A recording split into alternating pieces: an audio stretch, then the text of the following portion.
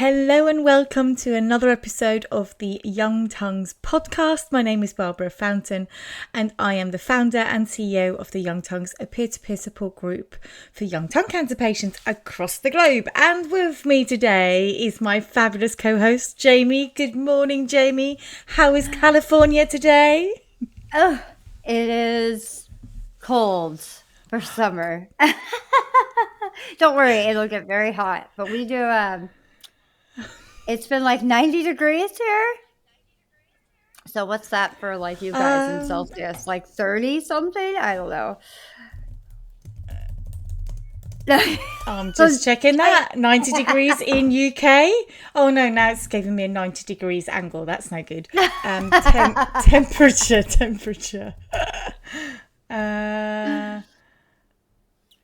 Okay, no. Sorry. I've lived. Here we go. I'm still. Yeah, it's 32 degrees. Oh, that's warm. Okay. That's hot. Like for me, that's hot. It's hot. No, it's hot, but in the morning, so like in California, it's like all you need is like a hoodie. Like I always have a hoodie on because it's like if you wear a hoodie, you're good in the morning because it's like overcast and foggy, and then by like 10 a.m. it's 90 degrees. So for us, it's cold right now because it's like probably like perfect weather where you guys are at, but we're cold. Yeah, 30 is like, that's lush. We're currently, we're having a actually fairly nice June here in the UK. And I say June, I just misspoke. Oh, okay. So to our listeners, we have just opened the magic. I wasn't meant to say that. You've just peeked behind the magic curtain, as they would say in The Wizard of Oz. Yes, so we are recording this in June. You are listening to this in August.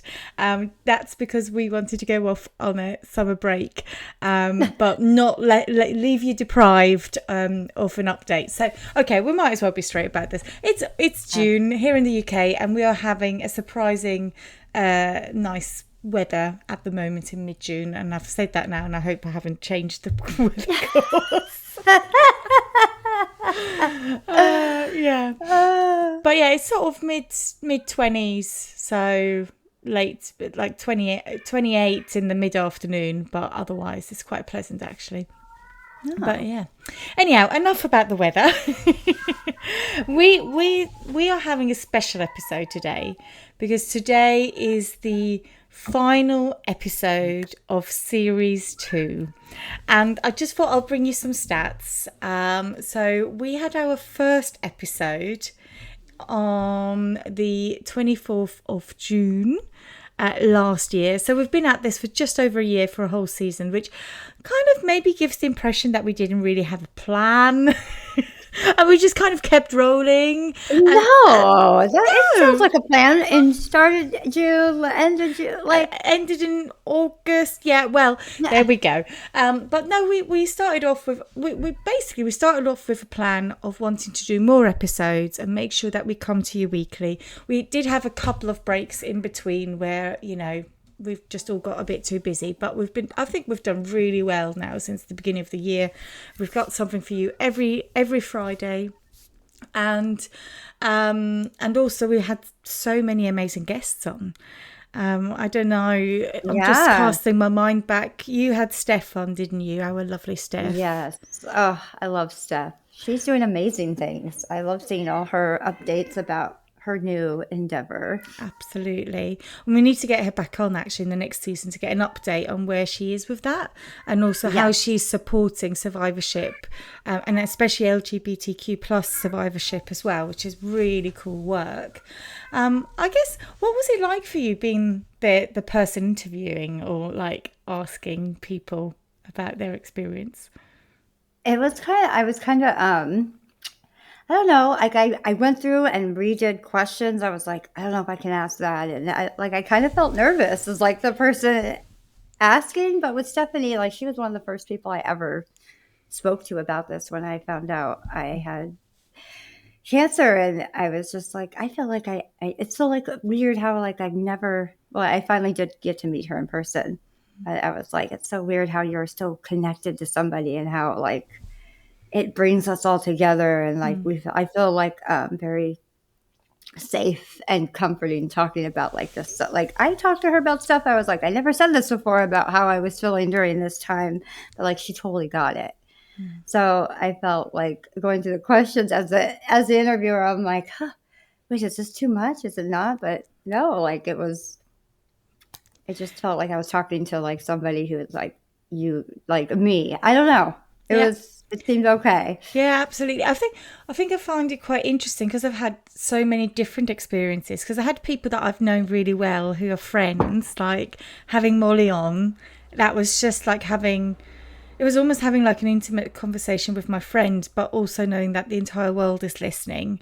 Yeah, that's exactly how it felt listening to it though. Yeah. Like it just felt like, yeah, I kept listening and being like, yes, yeah, like exactly. I understand Yeah. exactly. And it was But so nice to hear that. yeah, but also being mindful of, if I was with her in a coffee shop, I probably wouldn't be quite as worried about asking her a really awkward question, but I didn't want to do Hmm. that in front of an audience. So it was always trying to feel like where's the boundary here? What does she feel comfortable with? What not? And with everyone else as well. And like I mean, I'm just looking through the list. I've met Elfie, who was only just on recently. Susan, who's a trustee, I obviously know very well. I've met Yes. Lindsay before. I have had we've had some people on the virtual group, so I've sort of met them through there. Ben, obviously, I've met Ben Yeah, so many times, yes. and I'm so I can't wait to meet proud. him. We talk about him all the time because All the Ben time. is just he's the best. I can't wait to meet him in person one day. We have to make it Yeah, happen. but I was so proud of Ben after that because it took us a couple of attempts. But we both had technical issues, but Yeah. also I was really, really conscious that Ben has probably the most from all the guests we've had on. Not just Ben, maybe Kelly a bit, maybe Mus a bit the second time round, although he's quite clear. But Ben has, from a speech impediment perspective, to be understandable on a podcast is immense. And it's okay for us because we know him. We've got an ear, and anyone in the Young Tongues community knows and understands. But it's also other people listening to it who are not in our community or maybe just like entering our community, and for them to keep engaged. And I mean, I got all my little stats, like the data points. I can tell you, people have listened all the way through. And that's for me the proof in the pudding, is that they understood him. And, even though the AI subtitles sometimes went crazy, Yeah. but that happens to all of us. Yeah. Makes some weird words. I'm like, I didn't say that. I didn't think I was. I thought I was pretty clear on that word, but there you go. Like, how rude. How rude, yeah. And I'm going all the way back. Stephen as well, we've got to know much better. And yeah, I'm just scrolling through. But what was most interesting is when I had people on that I have never met before. And I do think, well, I know I can tell. I don't know if you as listeners can pick up on it.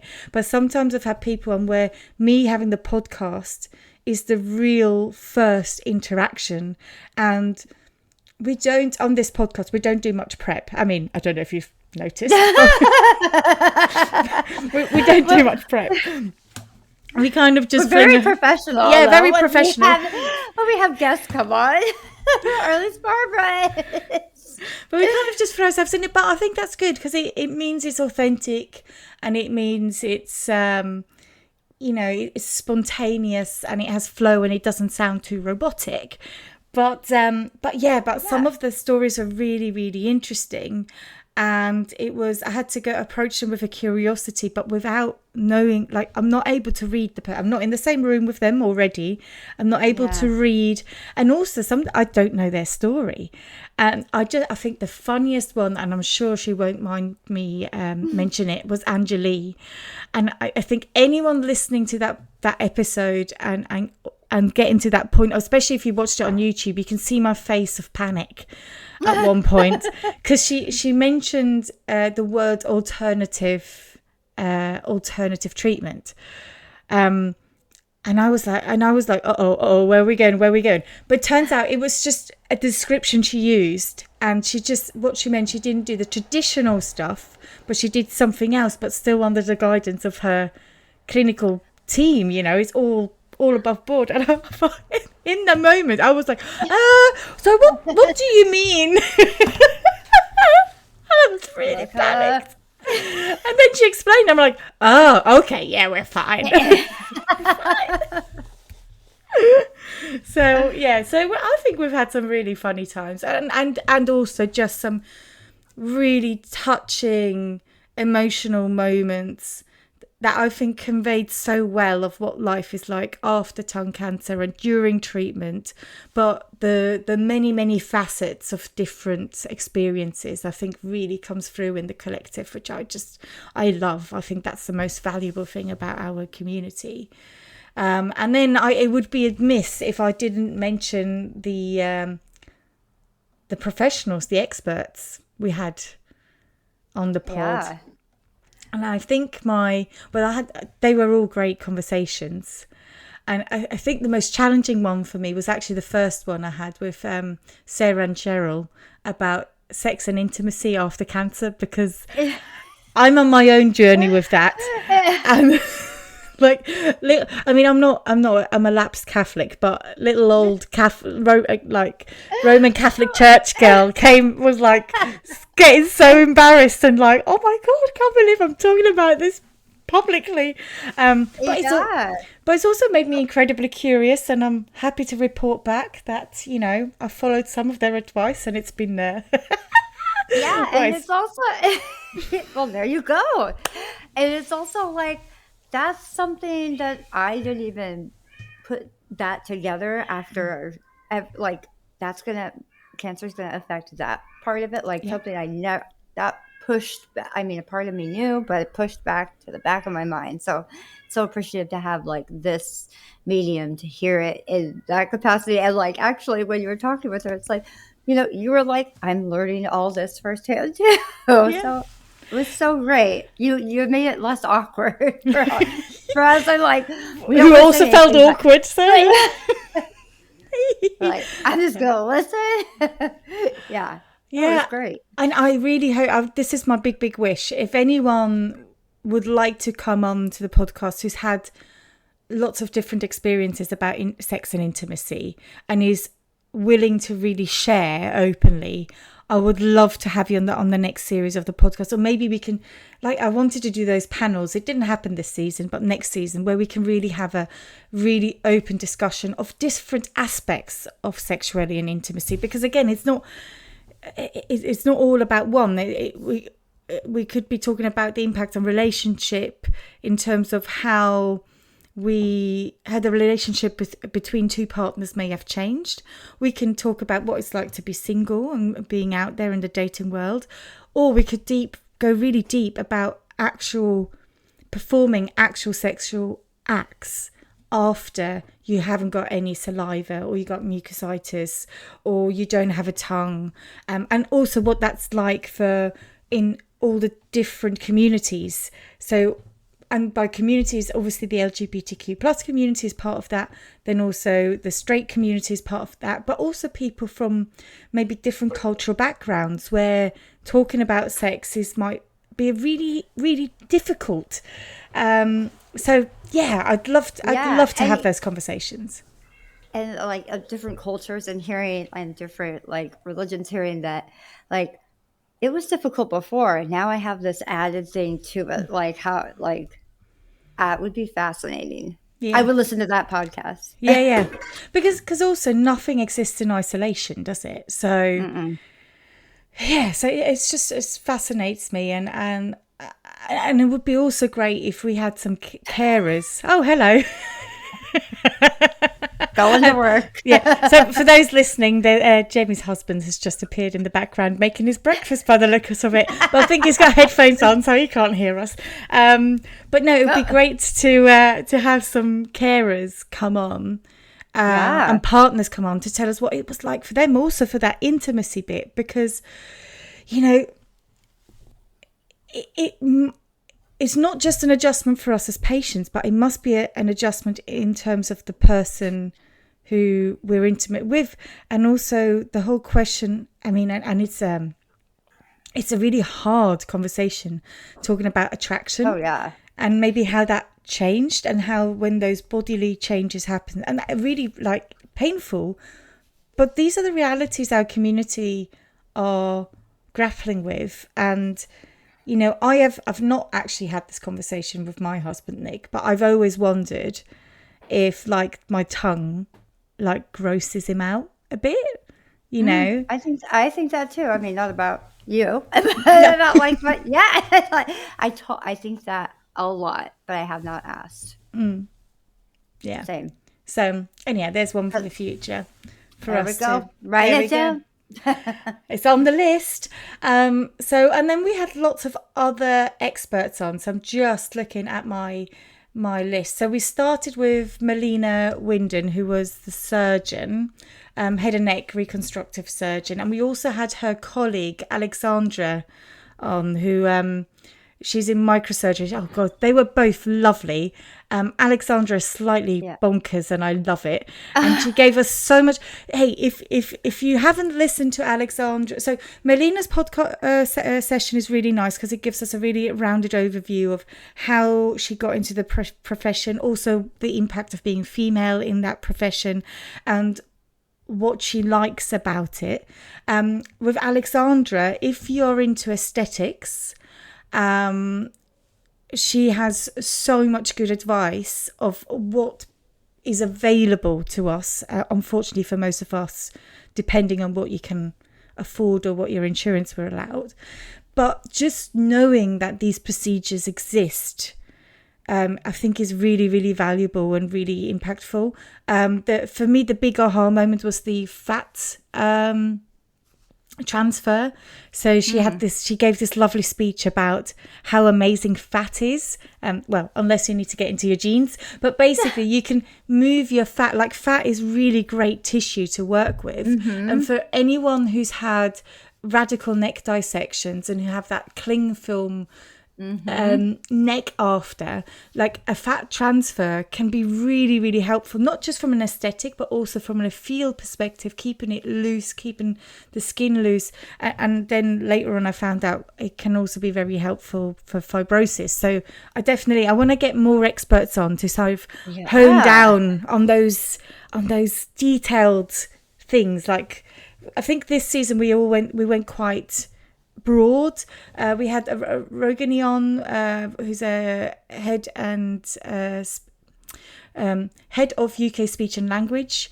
So as a speech and language professor, we had Elizabeth Marsh on talking about the scientific background of HPV, which I found was really interesting. And I loved, again, thank you to our community, because when I went into the community and asked you guys for questions to ask, you did not disappoint. There were so many great questions. So good. And actually there's so many that we haven't used yet that we'll use for other people as well. But please keep an eye out on the Facebook group for me posting about podcast questions. I'll put that in the title, podcast questions, and then ask you to send stuff in depending on who we have. And then just recently I interviewed Krishna, who's a pathologist. So again, like, taking us through the role of a pathologist and what they do and how they do it and how they are part of our cancer pathway. I found that really fascinating. And I'm about to have a chat with Camilla Dawson, who's going to be interesting. So if you guys are listening to this episode has already been out, but I'm about to have my interview with her, and she's also a speech and language therapist, specializing in dysphagia and altered airways. But the thing she's really interested in, she did a bit of research on prehabilitation, so I think we'll be focusing on that a lot. Oh, awesome. Yeah, and I'm getting to learn, like, speech and language therapists are really interesting people, and they do so many different things.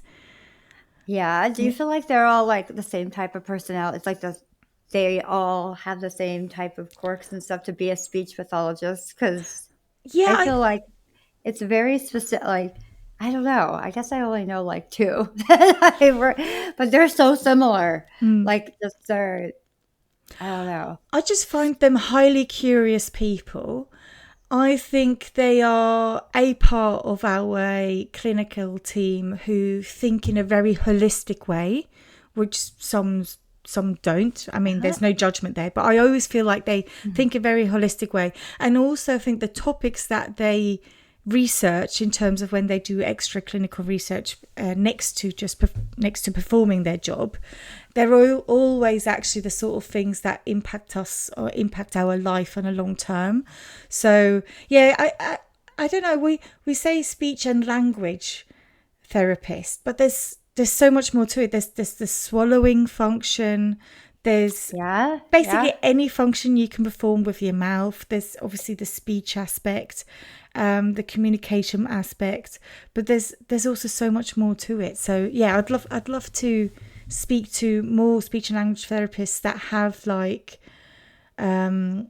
have a specific interest in a specific field that impacts us. So instead of the umbrella term. So yeah, so there we go. So gosh, we've done a lot over the last year, haven't we? Yeah. I'm so proud. Yeah. Like people want to talk to us. Yeah, they do. They do. And so for now we're gonna take a break.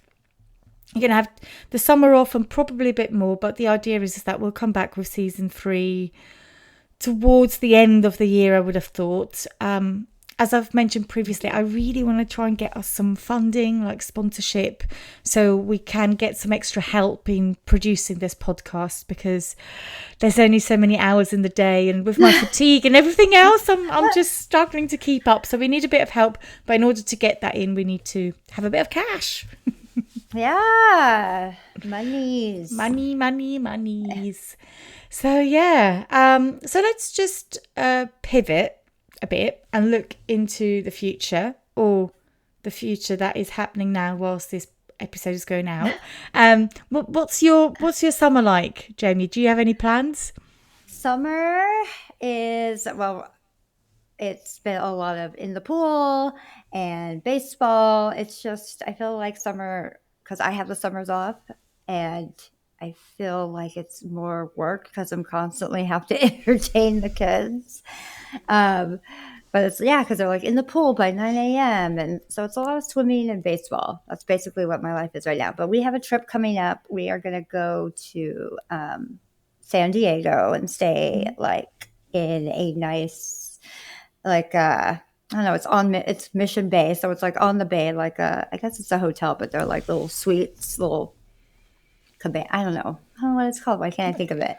Like a condo or something. Yeah, and you have your own little, yeah. And so we're gonna stay there for a couple of days and do all the stuff there, like water sports and all that. Last year we went fishing, so now we're experts, so we get to go fishing again this year. So that. I was wondering if you were going to tell me you're going camping again, but hell no. It put me over at the Bay, Mission Bay, and San Diego, and I was born and raised in San Diego, but we don't live there anymore. So now I get to go as a tourist and stay at the places I wish my parents would have taken us when we were younger. But yeah, no to camping. I did have my husband suggest we should get a motorhome and drive around, and I vetoed that right away. It's like, it's not a tent. I'm like, no, that's not my bag. I am not doing that. Like, if that's your thing, great. But for me, I'm good. You like 4 walls that are not on wheels. Yeah, and I don't want to make my own meals. Like, if I'm on vacation, I don't want to prepare the food. Yeah. It's vacation when I'm being taken care of. It's a trip when I have to take care of everybody else in a different location. Yeah, I hear you. Totally get you. So what about you? Are you have big plans or just hanging out? Yeah, no, we've got some exciting plans. So I'm going to Switzerland for all of July and some of August, and it's the Women's Euros. So it's football. What's that? Football stroke soccer. Yeah, in your world. So we'll be following the England team around Switzerland. So, and it's really cool because I'm taking I've taken two of my best mates from the UK to Switzerland, and it's the first time someone. I mean, Oh, I've lived here for 17 years, right? It's the first time, other than Nick's parents, where friends are coming with me to Switzerland. And I can show. what? I know. Well, I guess I don't have really space to put them up because I stay with my parents. Yeah. And my brother has been like back at home as well. And bless him, so my brother was meant to be with his fiance in the Philippines. But then he decided to change plans and not tell anyone. And then I'm like, but Bernie, I was gonna use your room. So he's basically been kicked out onto the balcony. And I'm just like, I'm sorry, I've booked this. This was arranged. This was agreed. So and hopefully he can find a mate or somewhere where he can crash. But and we're only staying for a few nights at my parents', and then we're touring Switzerland. We're doing the tourist tour of Switzerland, and I'm taking them a bit off the beaten track because I think we don't want to end up where all the other tourists are. So and football and what else? I don't need much more. I'm quite happy. Give me a lake, give me a sunshine, Oh give me my some gosh, football. I'm already looking forward to your like post on your Instagram. It looks like a painting. Yeah, it's unreal. I It's so never beautiful. I never appreciated it when I was born and I lived there for the first 20 years of my life. I just took it for totally granted that all places like that must just look as Oh my beautiful. gosh. And yeah, but actually I have so many like sensory memories from being a teenager. And I tell you what I really love. So when we used to go out, we didn't do clubbing and stuff like that. It used to be like sort of farmers parties kind of thing. It's sort of festival, but not like in a very small like town fete kind of way. But the nights would turn into morning, and my favorite thing used to be to like walk home at 5 o'clock in the morning with the sun slowly rising and the cowbells starting to jingle because all the cows have started and got up, and there's this Oh really my gosh. distinct smell of like fresh cut grass with a little bit of manure mixed in there, but actually quite pleasant, and this really fresh mountain air. And it I've only experienced it a couple of times since I've been back as a grown up, because obviously I don't usually stay up till 5 o'clock in the morning. But when those things happen, when it just catapults you back in time, you Oh get the yeah, smell, and you're like, I remember that sense memory of youth. totally. Oh, So yeah, and I think the last 2 years I want to change it this year, because the last 2 years I went home in the summer, I felt really nostalgic and kind of sad about it, as if like things were coming to an end, and also heading towards 40, I was sort of like, there's this sort of fear of like, is my youth oh gone, yeah. kind of thing. That'll happen. I went Yeah. through that. Yeah, and I think it's really Yeah. actually really impacted my mental health over the last 2 years. There's a few other things that happened as well that contributed to that, but I really felt like this deep sadness and nostalgia of things ending, and actually I've now had to take stock again and go, no, things are changing, You gotta but reel it back in sometimes. yeah, but Yeah. things are changing, but in a really great way, because unlike when I was a teenager and young, and I didn't feel like I was really at home in Switzerland. I loved Switzerland, but there was still a pull to go elsewhere and to fulfill like who I was as a person. Um, I'm now able to have the best of both worlds. I am able Yeah. to continue to pursue my purpose with Young Tongues, to have we own a house in England, which is not, guaranteed at all. In Switzerland, there would be no way that I'd ever be in a position to own a house. I have a wonderful husband, and I have a wonderful group of friends here in the UK, and we live in a really lovely city here in Norwich, with a medieval city with lots of pubs and culture and things to do and nature and beaches and stuff. But I can also hop on a plane or on a train soon as well, to Switzerland. I'm very lucky that my parents put up with me, and I can then spend my summer, which here where I live in the UK for me are a bit difficult because I have no access to open water, or no access to clean open water, I should say. Yeah. Whereas, so in Switzerland, I've got this paradise on my doorstep, and I now really, really appreciate it so much more. I think, like you said, did you say it was? You didn't say Santa Barbara, didn't you? No, San Diego. San Diego. Mm-hmm. Like, you go back and you see it through a different lens, and you go, Yep. wow, this is really beautiful. Yeah, I know. Yeah, it's like saying, like, growing up there, I never did, like, people love San Diego. They, like, it's a vacation spot. I'm just like, nah, I need to go elsewhere. I need to go to LA. I gotta go but yeah, I mean, when you described where you live and then Switzerland, it's like, sounds magical. Both, like, you have, like, yeah. Yeah, it sounds really good either way to me. Yeah, no, and I'm really lucky, but it has been, like, the last 2 years have been quite turbulent, because it's been like I've got two nationalities, I've got two identities, and I've always had these really two distinct identities, because when I'm in Switzerland, I am very Swiss. Like, I talk like a farmer in my native language. I love the yodeling. I play the card game, like our national card game. I really am very. So it's almost like you're transported, like, into this other time where you fall right back into it. Fall back into it, and weirdly enough, like, my insecurities come up as well. So there's obviously a lot of, like, teenage Barbara then comes back out of her shell. Yeah, and it's like, that's like your body, like, respond, like, that's responds cool. to my environment. And then British Barbara, because I am dual national, I'm also British, also loves being in Britain and loves the pub culture, loves the fact that you can start, like, in England where I live, at least, and that's my experience, is when I go out and I can just talk to people. Whereas in Switzerland, you kind of need to know people in order to chat. Otherwise, you're the weirdo if you just go, oh, hiya. But here in the UK, you can do that, because everyone's a bit weird, I guess. But, and, you know, I really love being here as well. And also my identity here is different. Like, I am a lot more confident. I'm a lot more, I don't know, I feel a lot more alive and comfortable in my own skin, and I'm comfortable with the decisions I make and the people I surround myself with, because, you know, I pick my friends. I don't need to hang out with people I don't like.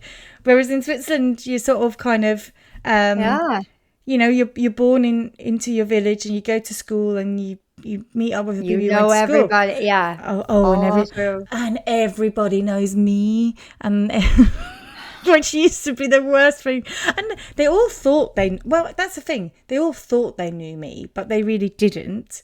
And they also, people kind of would think I'd be up to things, which I wasn't. I never, honestly, never. No. I mean, I kissed quite a lot of boys, but I didn't do much more than that. I mean, come on, give me a break. When you're like 13, 14. So now I know what they were talking about.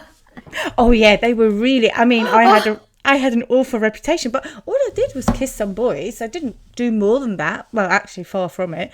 I really didn't do more than that. I was quite well behaved, but there was all this gossip swirling around me, and I'm like, but that's not me. That's not who I am. But now I think I'm starting to kind of melt these two identities, and I'm trying, when I go to Switzerland, I try to remind myself to actually take some of British Barbara with me and stand my ground, and speak my mind, and, you know, be true to who I am. And at the same time, when I'm here, I try to take a bit of the Barbara with me, who's like Swiss and proud to be Swiss, but also who is very pragmatic and also really creative and loves to sing and all of those things. So yeah, it's really weird having two nationalities that don't necessarily melt well. Like, yeah, that cultures. mesh. You can grab a little bit from each side of, and it's funny because you always go.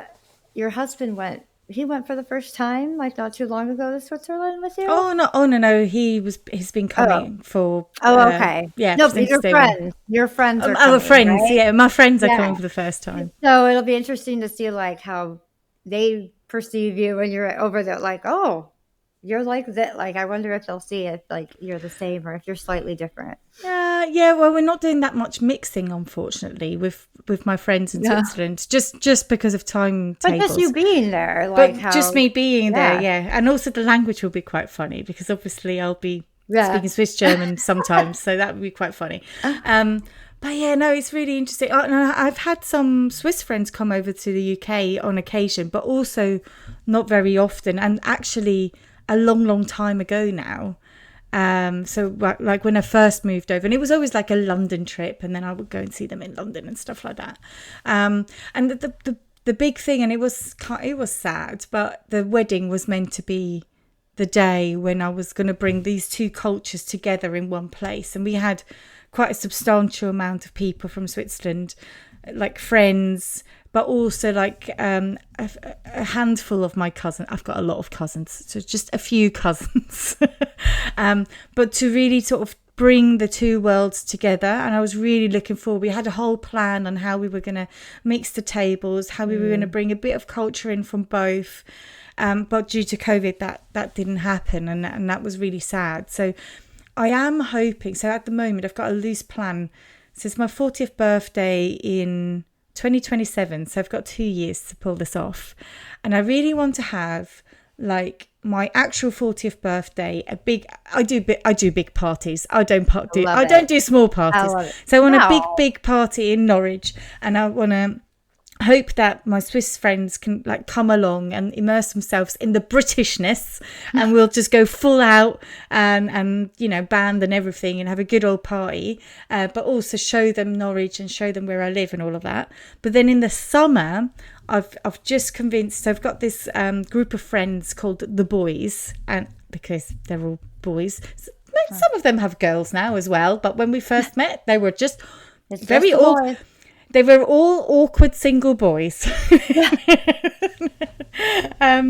So I've pitched to a small group of them of like, hey, would you fancy a trip to Switzerland, like in that summer, and we'll go for like a long weekend, and I'll show you, and everyone seems to be on board. So yeah, I'm really hoping I can pull that off. That'd be amazing. And then obviously have something in Switzerland where all my Swiss friends can come together, and we can show them how we party in Switzerland. Do you get the theme that my life is a lot about partying? Yeah, you're running around kissing boys and partying like. Oh God, I can't believe I said that on the podcast. But you also said it. You're also the girl who walked home hearing the cowbells and smelling the grass and the manure. Like, I love it. I love that. Oh, that's one for the obituary, isn't it? Fantastic. Oh dear. Right. Before we all lose our minds, we'll just before we close, I just want to talk about Unmuted. So Unmuted, for those that don't know, was our first annual impact event. So it's a virtual event that happened in July. So at the time of recording, hasn't happened yet. But by the time of broadcasting, it will have been and gone. And I'm just now in the middle of putting together the program, making sure it's not just me talking for a really long time, but having lots of different contributors. And you know, it's kind of developing not so much a script, but what are the key messages that we want to get across. And it was all about, in the first instance, looking back at what we achieved, but then very much about looking forward, about what we want to achieve. and you will have tuned in live. But if you weren't available on the day, the recording is now available on YouTube, and I say this with full confidence that will be the fact, and I hope it will be the fact. So the whole recording should be on YouTube by now. And let's hope I will have hit the record button. Yeah. That's the one thing, isn't it? Oh God, brought it up now. And I just want to. Obviously, I can't say now what were the special moments and things, but I have a hunch. I'm just going to kind of predict what I think the special moments will be. We have some awards that we are giving out on the day. And so we have Volunteer of the Year, which has gone to the fabulous Stephen, who's been on the podcast in an episode, but specifically for his series of videos for speech exercises, and he did such a fabulous job. And I know he's planning to do some more when his workload allows it. He's an actor, so he does a fantastic job there. So I'm really looking forward to hand that award over to him. We then have the Impact of the Year award, which goes to the wonderful Imogen. Imogen created a reel for us. I mean, I think she created it a bit for herself, but she doesn't have a social media presence, or not a public social media presence. And she very kindly donated the reel to us to use. And it shows her speech progression from surgery through radiotherapy and chemo and all the way to a year later. Imogen has had a radical glossectomy, so she's basically had all of her tongue removed. And it was a really, really impactful video. And I think we can call it's gone viral.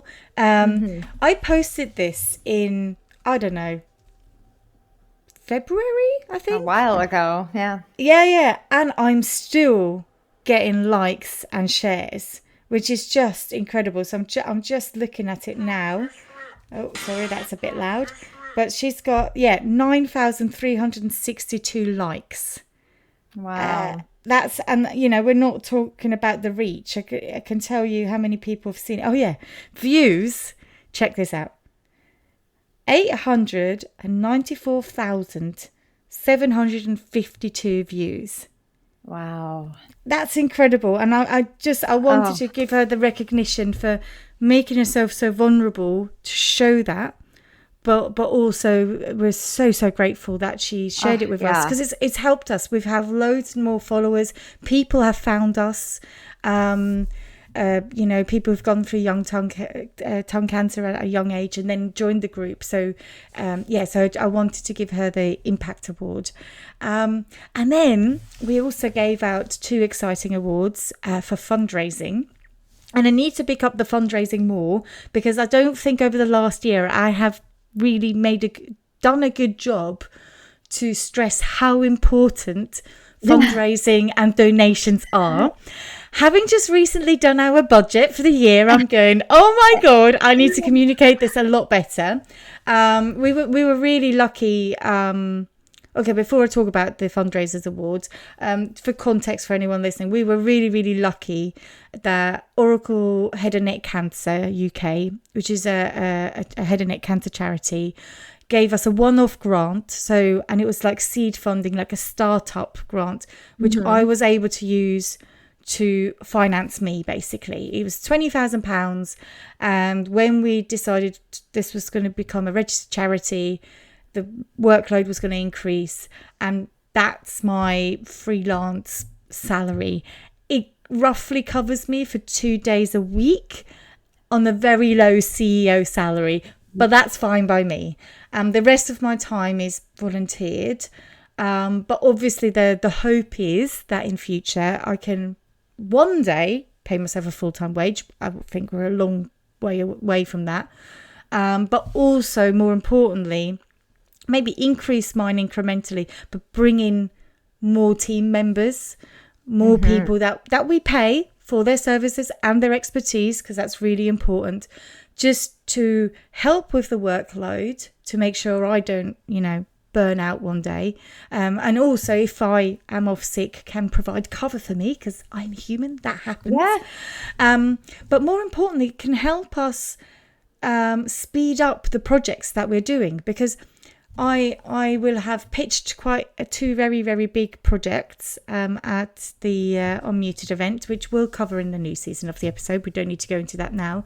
And I can tell you, these are going to happen, but without investment and funding and stuff, they'll just happen really, really, really slowly. So that's why. So raising funds for us and making donations are really, really important for two reasons. They keep the lights on and they keep allowing us to do what we do, but they also allow us to grow. So we deliver these projects that are so important for our community. And you can do that by fundraising for us, which the two award winners did, or you can do that by donation. And I'm just going to point out, anyone listening from the USA, we will shortly have a US bank account, which means you can use us as a tax deductible. Yes, we are still in the process of that admin. It's a lot of admin and a lot of hoops to spring through. I believe it. But seeing as we do support so many people in the US, and we have people who want to give us money, but I understand you want to deduct it from tax if you can. So yeah, watch this space. There's that will be announced soon. Or another way, instead of doing a donation, is to do a fundraiser. And there's lots of different ways you can do it. And we had 2 awards go out. One was for Solo Fundraiser of the Year. And that went to... I'm sorry, I'm just having a mental blank. This is awful. Because I always get the name... And this shows you how many messages I send out a day if she keeps scrolling. Here we go. It's Lucy. So... Lucy, okay. Lucy. So it went out to Lucy because Lucy walked 100 kilometres along the south coast over a 24-hour period, non-stop, in memory of Karen, who's one of our young tongues that passed last year. Who was her family member, sister-in-law. So, and she raised a fantastic amount. It was, again, I should have really had that open. She raised, because I wrote it down here, 2,250 quid by herself, by doing this challenge and having people donate. And we're so, so grateful for that. That was a staggering amount. And then the other award went to Pete, lovely Pete, who was also on the podcast. Now again, I'm opening my inbox so I can get these numbers right. So Pete Jackson, so he's getting the award for group fundraiser of the year. So he did some fundraising himself whilst going for treatment, which was absolutely bonkers, because I was like, really? And he's like, yeah. And bless it, I said to him, like, because I was a bit worried. I said, don't put any pressure on. You've got enough going on.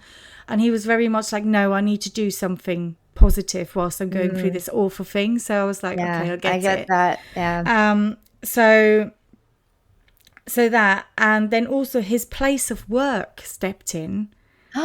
And did a fundraiser doing lots of different things. So as a group, they raised a staggering £4,057, which is, again, amazing. So, that, so I just wanted to pay tribute to both Lucy and Pete and his colleagues at work, to just say thank you so much for doing the fundraiser. Thank you. Oh my gosh. But there's also 10 other people that did just as remarkable challenges and fundraising. So thank you to you as well, because you are really helping us keep the lights on. So we've had other people do marathons. We have someone doing an ultra marathon for us, I think this weekend in June. We went up Snowdon as a group, didn't we? We walked up there. Hannah walked across Scotland. I went to Jordan. My dad turned 70. That was a huge achievement. He collected some money for that. Mus turned 40 and got donation. So we've had so many different people fundraise for us without me even asking, which is so amazing. And obviously we hope this year, especially now we've got awards, we will have even more people join us and take on brilliant challenges, have fabulous parties. There's so many things you can do. You don't have to run a marathon. You can have a cocktail party. You can do a bake-off style competition. You can have a games night. There's so many cool things you can do to help us help you, basically. It's so exciting. And also, Lucy, I'm so sorry that took me. My brain sometimes skips, and especially with names. And I had Lucy's face in front of me, and I'm like, but there you go. So apologies about that. Yeah. All right. Right. We've gotten to the end of season 2, baby. We did it. We did it. Who would have thought that? So I guess who else should we thank? We should really thank everyone who listens in every week. Listens, yeah. I mean, you crazy people. I don't know how you put up with us. Don't know how you do it, but you do it, and we're so grateful. And it's, I look forward to these podcast days, and so I hope you guys do too. And again, if you have any suggestions on what you want us to talk about, please send it our way, email, or even leave a comment, Instagram. We read everything, so absolutely let us know what you want to hear.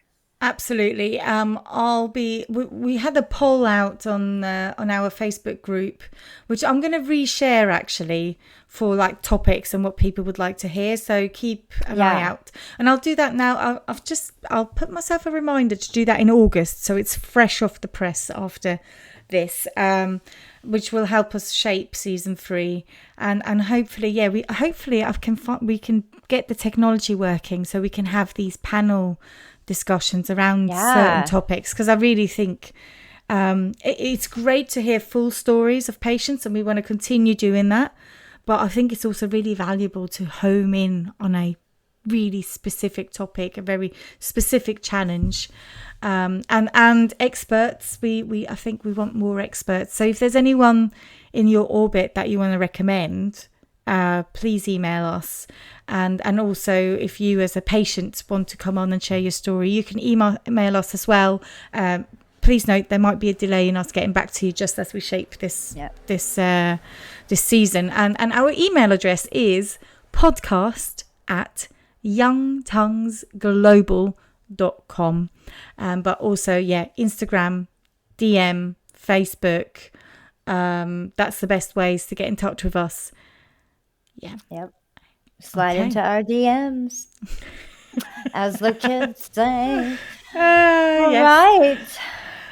Thank you so much, Jamie. Jamie, thank you so much for being here and continuing this quest with me. I hope you have a fabulous summer.